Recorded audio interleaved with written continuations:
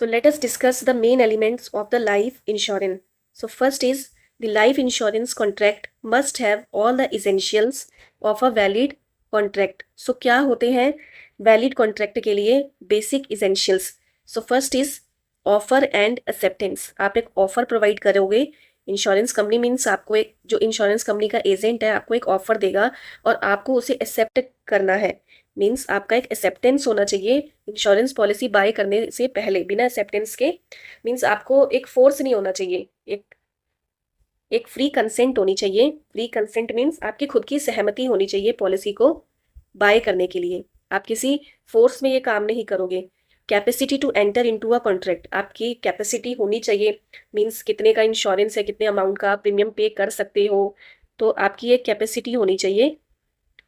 Lawful consideration and lawful object must be present. So insurance के जितने भी terms conditions हैं, सो लॉफुली आप इन्हें कंसीडर करोगे.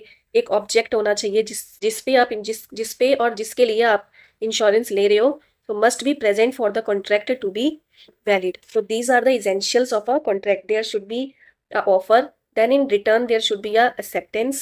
Free consent should be there, आपकी खुद की सहमति होनी चाहिए, आपकी कैपेसिटी होनी चाहिए. And there should be a lawful consideration, एक लॉफुल एग्रीमेंट होना चाहिए और एक ऑब्जेक्ट होना चाहिए जिसके लिए या जिस पे हम इंश्योरेंस खरीद रहे हैं, इंश्योरेंस पॉलिसी बाय कर रहे हैं. Then the second main element is it is a contract of good faith. Good faith means हमें सारी इन्फॉर्मेशन डिस्क्लोज करनी पड़ेगी इंश्योरर को. इंश्योरेंस मीन्स इंश्योरेंस कंपनी जो हमें इंश्योरेंस दे रही है, प्लस इंश्योर्ड. इंश्योर्ड मीन्स जिसने इंश्योरेंस पॉलिसी बाय करी है. सो दोनों को ही जितनी भी उनकी जो डिटेल्स हैं वो डिस्क्लोज या इंफॉर्मेशन है वो आपस में डिस्क्लोज करनी पड़ेगी.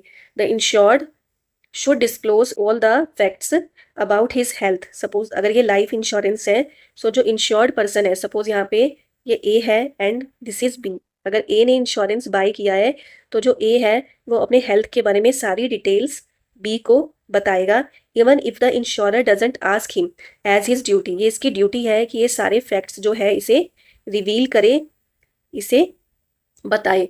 And insurance company to is responsible. So B is also responsible to disclose all the terms plus conditions. जितनी भी terms और conditions हैं इंश्योरेंस पॉलिसी में, पीरियड है, टाइम है, जो जो भी कंडीशंस है वो डिस्क्लोज करे उस पर्सन को, ए को. So the third is insurable interest. Insurable interest means this is the basis for any insurance policy. Basis of interest means आप किसके लिए इंश्योरेंस करवा रहे हो, किस मोटिव के लिए, क्या बेसिस है आपका.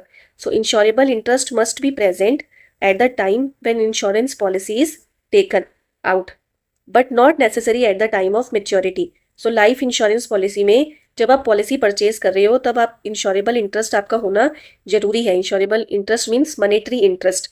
मीन्स अगर उस पर्सन को या उस चीज़ को कुछ होता है तो आपको एक फाइनेंशियली लॉस होना चाहिए, आप फाइनेंशियली सफ़र होने चाहिए. So it should be present at the time of taking the policy but not necessary at the time of maturity. Now, what is insurable interest? An economic stake in something that, if damaged, destroyed, or lost, would result in financial hardship. What are the examples of insurable interest? A person has unlimited insurable interest in his life. अगर हम insurance लेते हैं तो means हमारा insurable interest क्या हुआ, अपनी life, हमने अपनी लाइफ पे इंश्योरेंस लिया है. A husband has insurable interest in the life of his wife and vice versa. Husband को वाइफ की लाइफ में इंश्योरेबल इंटरेस्ट होगा एंड वाइफ को हस्बैंड की लाइफ में. An employer has insurable interest in his employ. Employer अपने employees के लिए इंश्योरेंस खरीदता है to the extent of the value of his services. An employee has insurable interest in the life of his employer to the extent of his remuneration for the period of notice. So अगर आप अपनी life के लिए insurance ले रहे हो तो life क्या हुआ, आपका इंश्योरेबल इंटरेस्ट हुआ. Fourth, it is not a contract of indemnity. Indemnity means life cannot be compensated. Human life cannot be compensated. हम compensate नहीं कर सकते, हम इसकी भरपाई नहीं कर सकते किसी के जाने के बाद. लेकिन इसका जो एक अमाउंट है जो आपने उस पीरियड में प्रीमियम के थ्रू एक फंड इकट्ठा किया है इंश्योरेंस कंपनी में, सो ये आपको रिटर्नेबल होता है. मीन्स आपके जाने के बाद आपकी फैमिली को ये जो फंड है ये रिटर्न कर दिया जाता है कि वो जो अपनी लिविंग है वो चला सके the life of a human being cannot be compensated and only a specified sum of money is paid to the family members after that person. So it is not a contract of indemnity. Contract of indemnity होते हैं fire और marine insurance, because indemnity मतलब होता है कि जितना भी actual loss हुआ है, जितना भी एक्चुअल लॉस हुआ है वो उसे पूरा कंपनसेट कर देती है insurance company.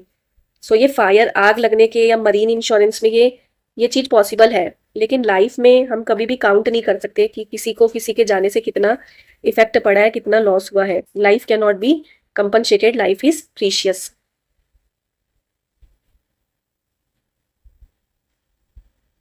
But the amount you pay through the policy premiums, that is returnable.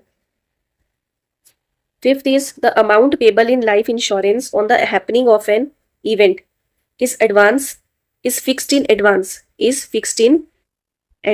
at the time of entering into a contract. So जो amount payable होता है लाइफ इंश्योरेंस पॉलिसी में कि इस हैपनिंग पे अगर ये चीज़ घटित होती है मेरे साथ या ये घटना होती है तो इसमें आपको कितना अमाउंट मिल जाएगा.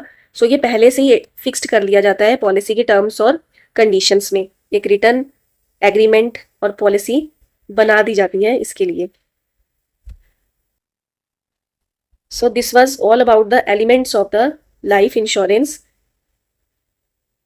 First, there are some essentials: offer, acceptance, free consent, capacity. There is a lawful agreement. Is a contract of good faith, means both the insurer and insured should disclose the facts or information. Third is insurable interest, which should be present at the time of purchasing the policy.